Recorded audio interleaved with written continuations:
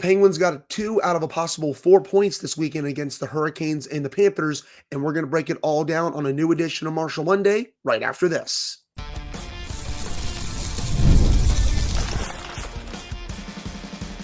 You're Locked On Penguins, your daily podcast on the Pittsburgh Penguins, part of the Locked On Podcast Network, your team every day.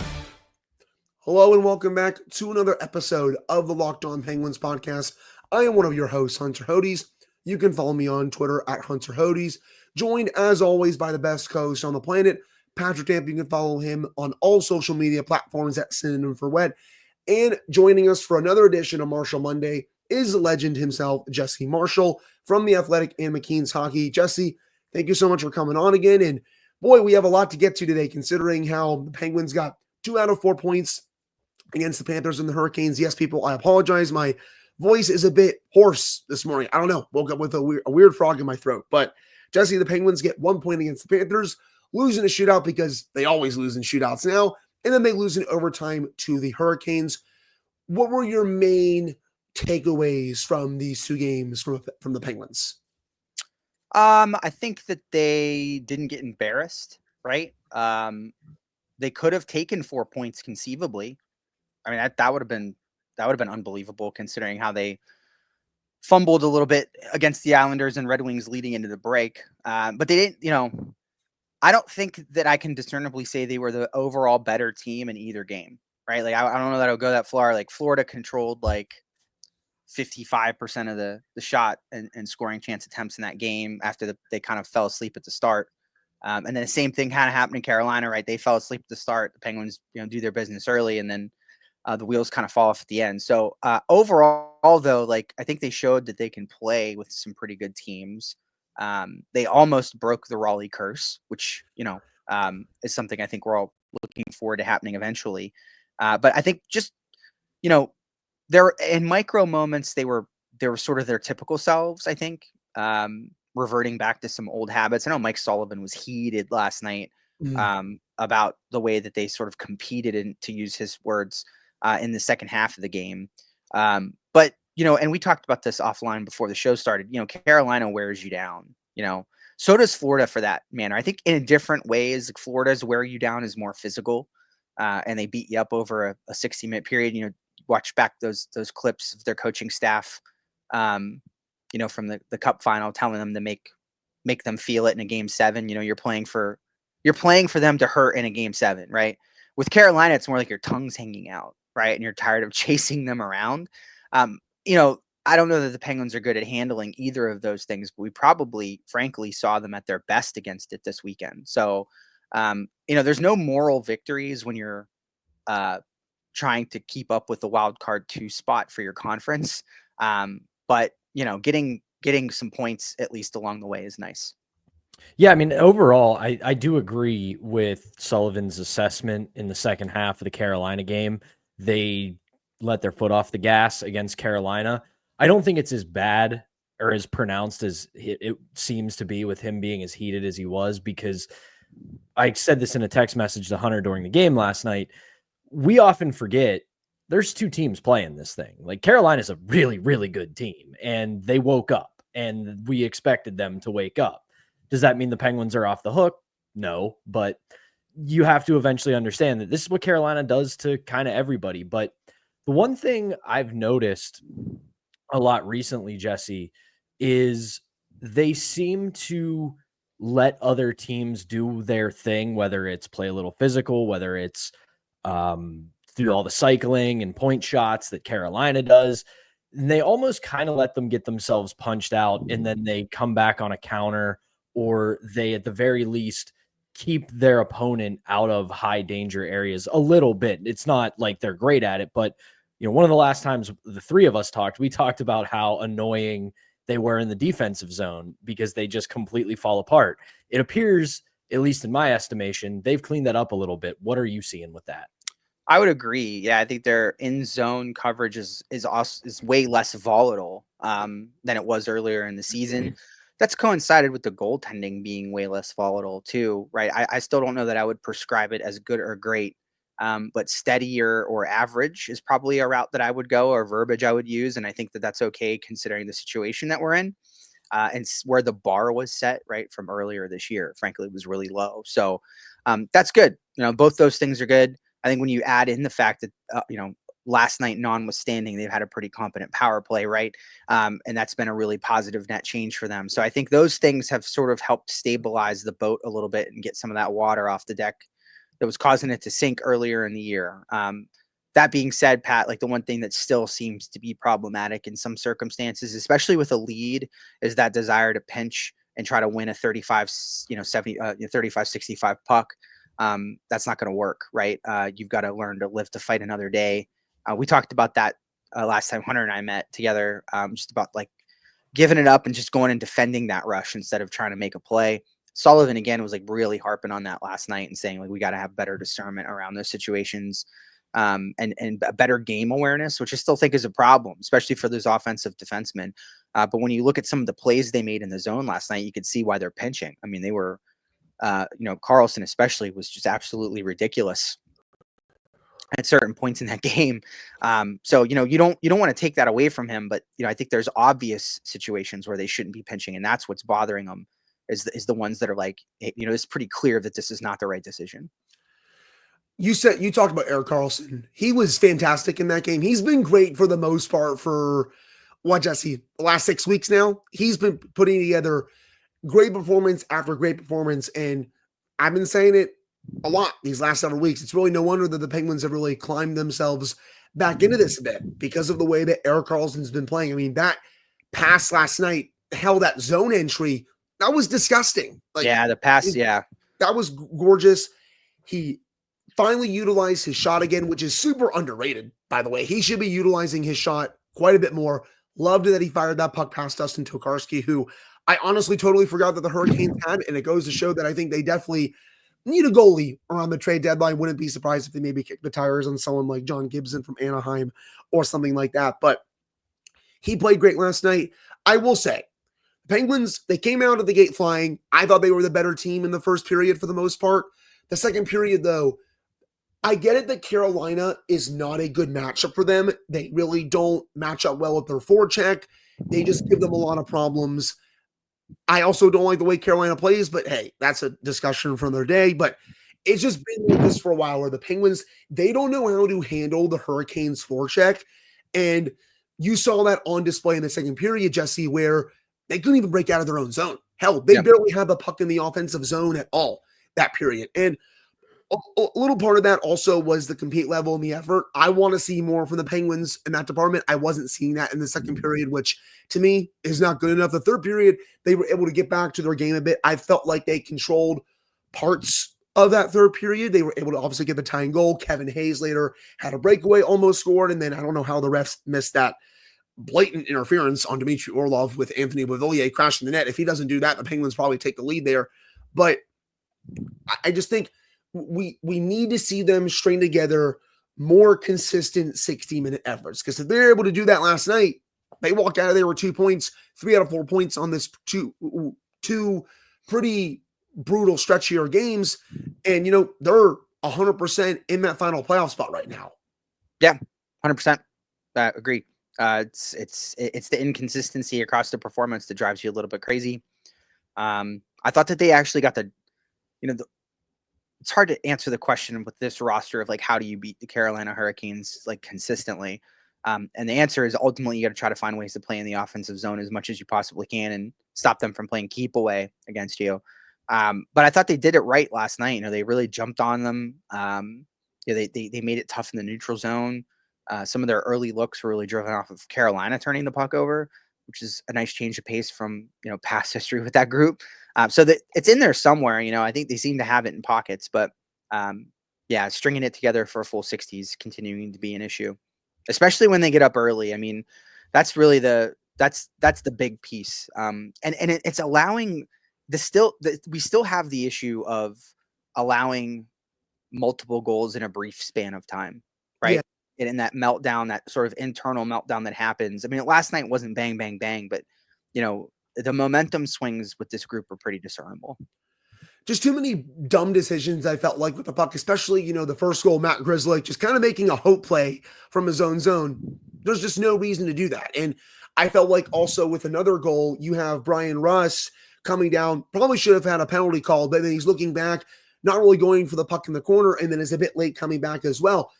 Russ has got to get back there. I am such a big Brian Russ fan. I love how much he means to this team. I love the year that he's having. The effort there, though, and I think Pat would agree with this, that's not good enough. You need to be able to get back to play. I know you're upset with the officials for them not calling a penalty, and I know the officiating has been really poor as of late in a lot of games. You still got to get back into the play and prevent that odd man rush opportunity. Pat, do you have anything else to add on these couple games before we move on to the second segment? No, I really don't. I'm kind of sitting here bursting at the seams because I know what Jesse's got coming for us in the second segment, and it's something that actually I had somebody DM me and ask if we could talk about because they're a Wheeling Nailers fan. So that's just a little tease. We'll have something here in a minute to talk about with the Nailers.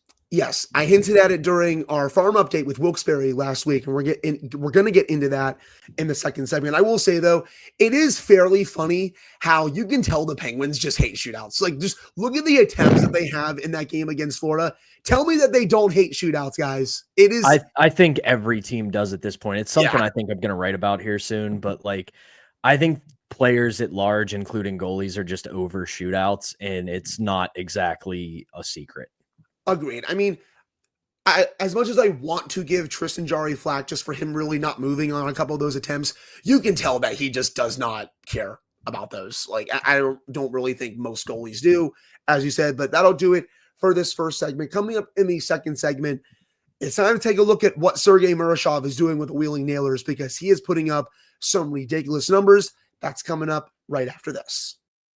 Hey, we'll get right back to our conversation with Jesse Marshall as part of Marshall Mondays. But before we do that, we got to tell you about our first sponsor, and that is FanDuel. From big upsets to game-winning drives, the NFL playoffs are better with FanDuel. Because right now, new customers can bet $5 and get $200 in bonus bets guaranteed. That's $200 in bonus bets, win or lose. The FanDuel app gives you everything you need for live bets, same-game parlays, and so much more. The NFL playoffs have finally arrived. We've got a massive weekend coming up of football, Saturday, Sunday, and Monday. So that gives you a ton of opportunity to download FanDuel and get in on the action this wild card weekend. Just visit FanDuel.com to join today and get started with $200 in bonus bets. That's FanDuel.com. Make this playoff season unforgettable with FanDuel, an official sportsbook partner of the NFL. All right, we're back here on this episode of the Locked On Penguins podcast, joined by my co-host Patrick Tamp and Jesse Marshall. Jesse, I know you have a YouTube video coming out about this with Sergei Murashov and what he is doing with Wheeling. What have you been seeing from this young netminder, and when is the time coming when we're going to see him hopefully full-time with Wilkes-Barre? Because I think he has shown so far this season that he is better than being an ECHL goalie. Yeah, so he's won, I believe, correct me if I'm wrong, 14 in a row now. I have to double check how the last game against Norfolk worked out because they lost 9-3, and there was a goaltending change at some point in that game. And I'm not sure when he went in and how the goal scoring structure will work with him and Taylor Gauthier there, but they've both been good. But Murashov for me has just been like discernibly, noticeably better. I went back and watched all his games from like November 15th to present. And it's, I mean, the thing, I'll tell you what shocked me the most is I knew very little going in. I had like highlights only, right? Like not full game experiences with Sergei Murashov. So I didn't know what I was going to get. But the thing that shocked me the most was how good he is at playing the puck. Like, holy smokes, like really good, like consistently creating outlet passes for forwards on the penalty kill, like getting guys sprung from behind the play, aggressively coming out of the crease to just keep pucks moving for his teammates, like in transition. A lot of things that I was not like dish passes, you know what I mean?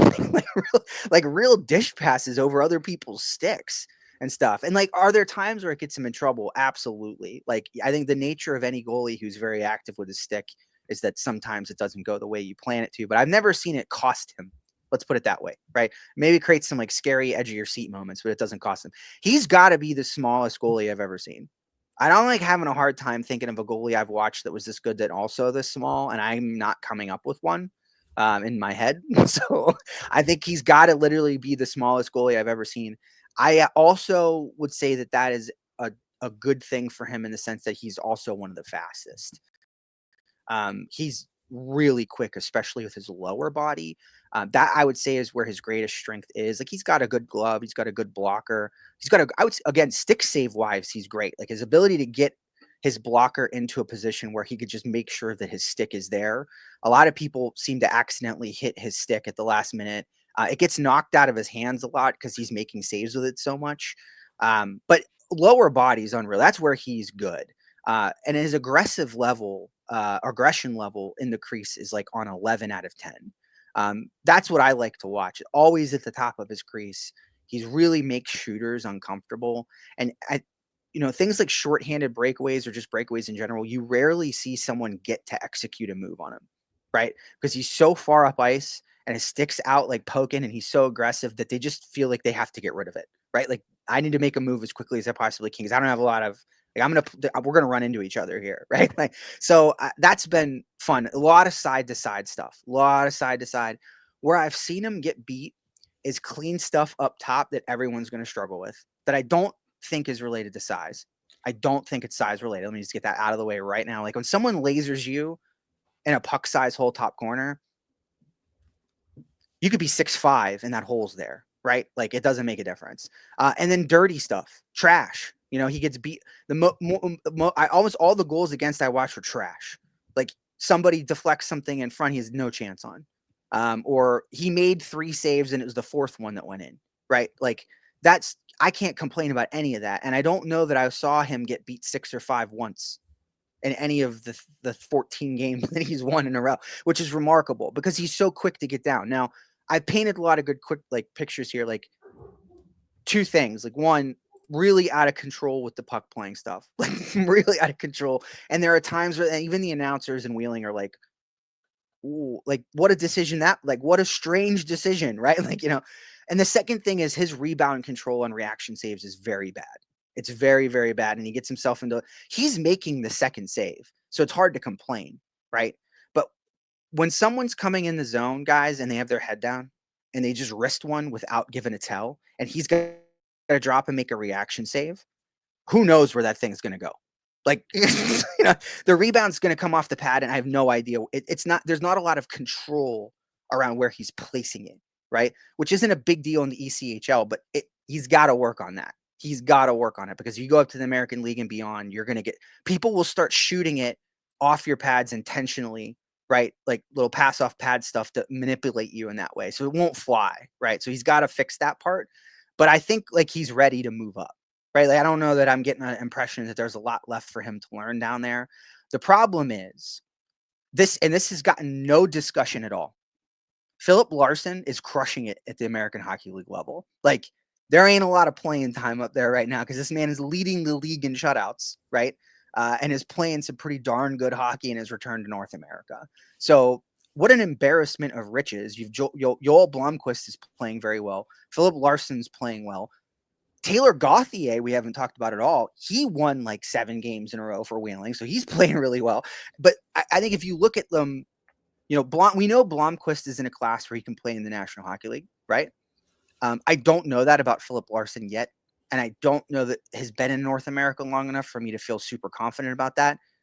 Murashov's kind of in the same boat, but his gross talent level is the thing that makes me bump him up the ladder a little bit. Like the athleticism, you can get away with a lot when you have that. Look at Marc-Andre Fleury, right? Is he the most technically sound goalie of all time? No. But he's unconventional and athletic, and that won him some Stanley Cups. So proof's in the pudding, right? This is a good situation for the Penguins, though. I think you could be frustrated about the current state of goaltending. I won't disparage you for that. It's fair. It's not been great.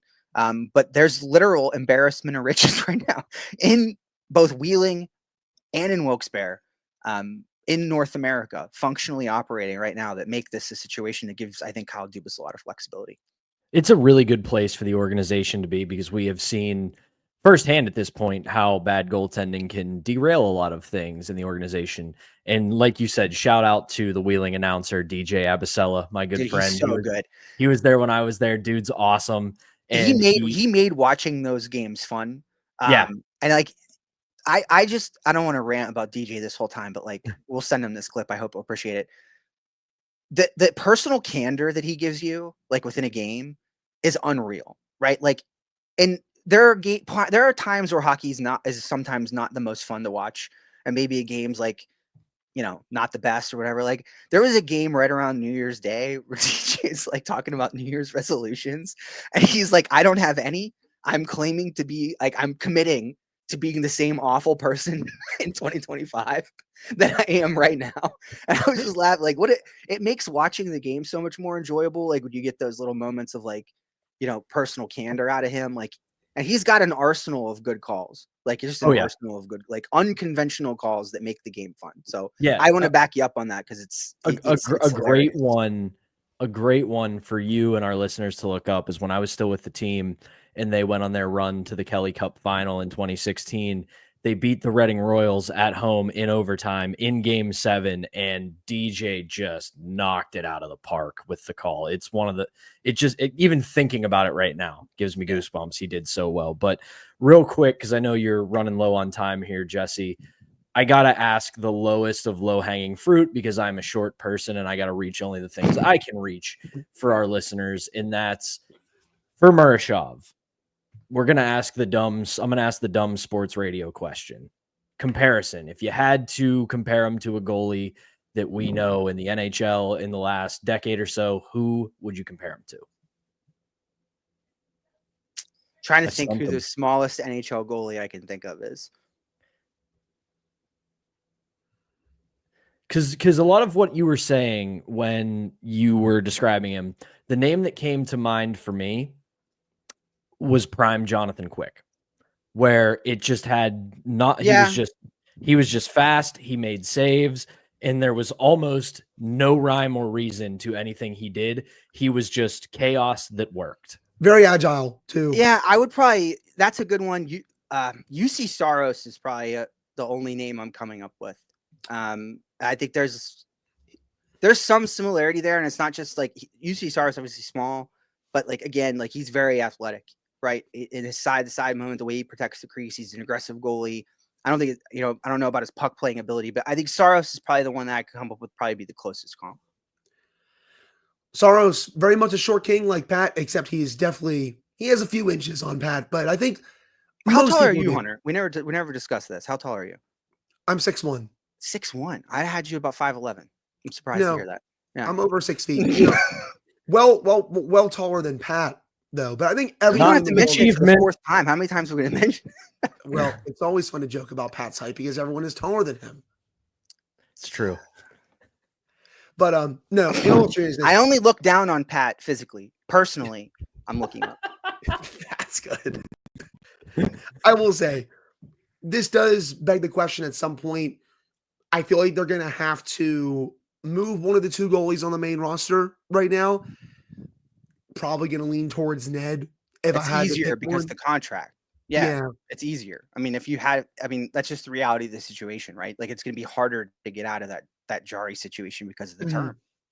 Exactly. Nobody wants that term for an unproven guy, I know a lot of people say that contract is, unmovable. There's definitely been some goalie contracts that have been movable that have been you could do anything. You could Jack Campbell it if you had to. Yeah. They can. Yeah. I don't see him finishing his career in Pittsburgh either, but it is nice knowing that they have some really good prospects in this system, especially goalies. And with Blomqvist, him and Larson are kind of trading haymakers in Wilkes-Barre. They're both playing, I feel like, fairly well. And it just sucks that Blomqvist is still down there because he has shown that he is NHL ready. And if they weren't, committed to this tandem with Ned and Jari, at least right now, he would be up here full time. But I think that's going to do it for the second segment. Coming up in the final segment, Pat and I are going to take a look at the big week ahead for the Penguins because they have a major homestand and they have to take advantage of that in a pretty big way. So that's coming up right after this. we got to tell you about our next sponsor, and that is Rocket Money. Did Rocket Money help you find any subscriptions you forgot about or that you were paying for twice? That has definitely happened to me. I have had a few subscriptions that I didn't even realize I was paying for. You know how it goes. You sign up for the free trial, you put down your debit card, and after that first month, you're paying for it. And Rocket Money made it so easy for me to track them all down. It's like having a personal assistant for your finances. Rocket Money is a personal finance app that helps you find and cancel your unwanted subscriptions, monitors your spending, and helps you lower your bills so you can grow your savings. It brings everything together in one place, whether it's subscriptions, your spending habits, or even the goals that you want to hit this year. Rocket Money has over 5 million users and has saved them a total of $500 million in canceled subscriptions, saving members up to $740 a year when using all of the app's premium features. You guys heard me say it. I have done it multiple times in the past, signed up for that free trial, completely forgotten about it, whether it's reading an article, wanting to watch a movie or a TV show. And then next thing you know, that is part of my personal finance. I'm paying for this subscription and I'm not even using it. So Rocket Money really helped me find those, get rid of them, and get me out of that annoying subscription cycle that you can find yourself locked into. So cancel your unwanted subscriptions and reach your financial goals faster with Rocket Money. Go to rocketmoney.com/lockedon today. That's rocketmoney.com/lockedon. rocketmoney.com/lockedon. All right, welcome back to the Monday edition of the Locked On Penguins podcast. As always, we appreciate Jesse Marshall taking time out of his Monday. He's a busy guy, having him jump on here, talk about all things Penguins. And I got to say, Hunter, dude's got me excited for Sergei Murashov. I was already excited for him when we found out he was coming over, but now to see him crushing it in Wheeling, I can't wait for this dude to be an NHL player, especially if his development goes the way it should. But putting development to the side, the Penguins, well, it's going to be a lot of home cooking this week. They have a big week coming up. It's not going to be a very easy one either. They are going to have a lot of challenges at PPG Paints Arena over this next 5-game stretch. But let's focus on what's coming this week. It kicks off tomorrow night, this 5-game homestand. Little brother's coming to town, the Columbus Blue Jackets, and they have already lost to this team this year, and it was a pretty embarrassing loss.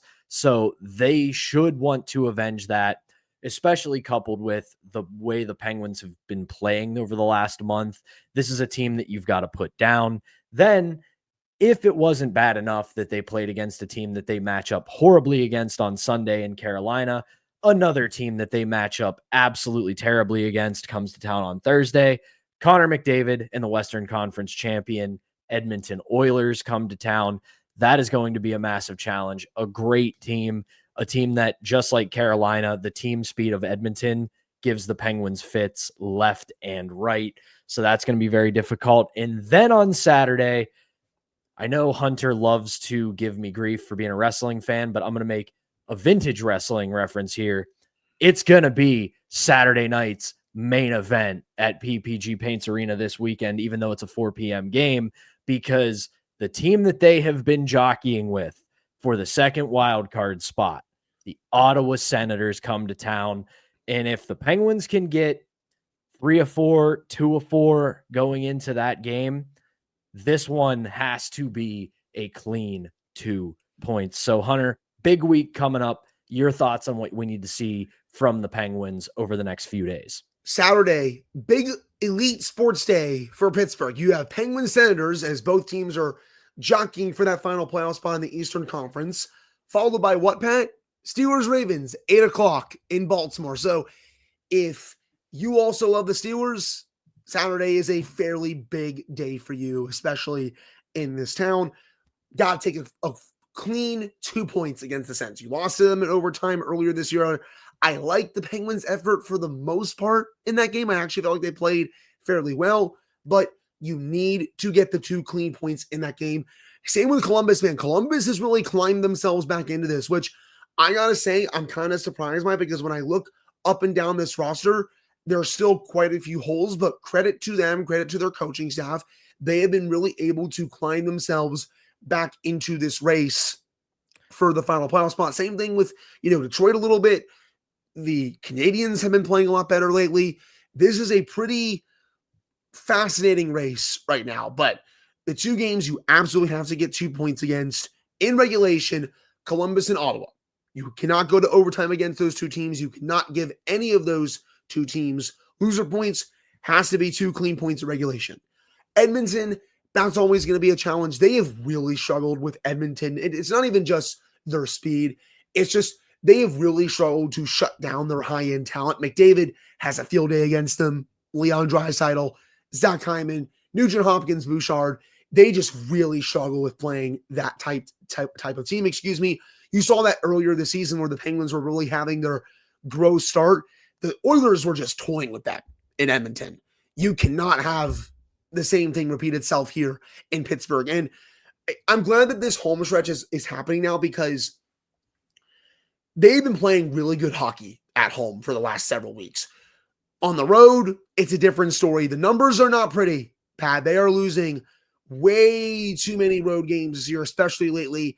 They need to learn how to win on the road if they really want to keep staying in this. It's great that they've been able to win at home lately, but you still need to go win on the road. And even after these 3 games, you still have 2 more, one more against Seattle and another one against Tampa. That's another big game. You're also battling with Tampa Bay for another one of those playoff spots. Tampa Bay has a lot of games in hand on the Penguins. The Penguins almost won that game against Tampa earlier this year. They had a 2-goal lead on them. They blew it, lost in overtime because Tristan Jarry was, doing whatever he was doing in his net, just like flopping around like a fish, didn't play that puck well. But I feel like in this homestand, 3-1-1, 3-2, obviously 4-1-1, 5-0 is the dream. But at the very least, you need to go 3-1-1, if not 3-2. That has to be the minimum requirement on this homestand, because after this, you have a 7-game road trip to end the month of January. And as I just mentioned, this team can't win on the road right now. They're really struggling. So you have to take advantage of this homestand. Yeah, I mean, you look at the Penguins' road record, it's 6-10-5. That's not very good. It's not disastrous, but it's also not going to help you get to where you want to go. And you're right. This is a massive homestand because, Columbus, I say it tongue-in-cheek, Columbus' little brother, but they have climbed back in. They are 1 point behind the Penguins, just like Ottawa. So you have to get a win in that one, and you cannot surrender loser points. If you get beat up or beaten or whatever by Edmonton, if it's a putrid effort, we're going to come on here and say that. However, if you play it close with Edmonton and lose, I'm not going to bury this team because Edmonton, among the best in the league. They have the best player on earth who has maybe the 3rd or 4th best player on earth riding shotgun with them. So how do you really realistically defend against that? But different discussion, different day. And then Ottawa, you have to win that game in regulation. So I look at these upcoming 3 games and 3-0, that's the dream. You would love to sweep it. And I know there's more on the homestand, but we'll talk about that next week. But 2-1 has to be the floor here because they're getting themselves back into the conversation. If they want to stay there, we got to hold them to that standard.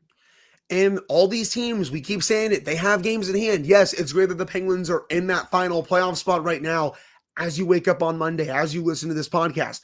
That is awesome. But if you want to stay in that spot, you need to keep winning because the games in hand, they're going to sort itself out. But if you start losing more games, those teams behind you, Pat, they're going to start passing you with all those games in hand, especially. So that's why, especially this week with this homestand, these games against Columbus, these games against Ottawa, heck, Tampa Bay next week, they're super important, especially if you can bank the 2 points. And here's the thing, man. Yeah, the East is soft this year. The East is not very good. But with that in mind, here's where it gets difficult. The Penguins, as you're listening to this, like Hunter said, are in the second wild card spot with 41 points. But guess what? Ottawa and Columbus trail them by 1. Montreal, Philadelphia trail them by 2. Detroit trails them by 3. Rangers, Islanders trail them by 4. So the only team that is truly out of it right now is Buffalo. Everybody else in the East, 1 good week, 2 good weeks, all of a sudden you're right back in the conversation. That applies to the Penguins. They got to hold serve here. They got to get it done when the opportunity's in front of them. So that is going to do it for the Marshall Monday edition of the Locked On Penguins podcast. As always, we appreciate you guys taking time to make us part of your daily routine. Hunter and I will be back to get you set for the first game in this homestand in a brand new episode on Tuesday. But for now, for Hunter Hodes, I'm Patrick Damp. Thank you once again. We will be back on Tuesday.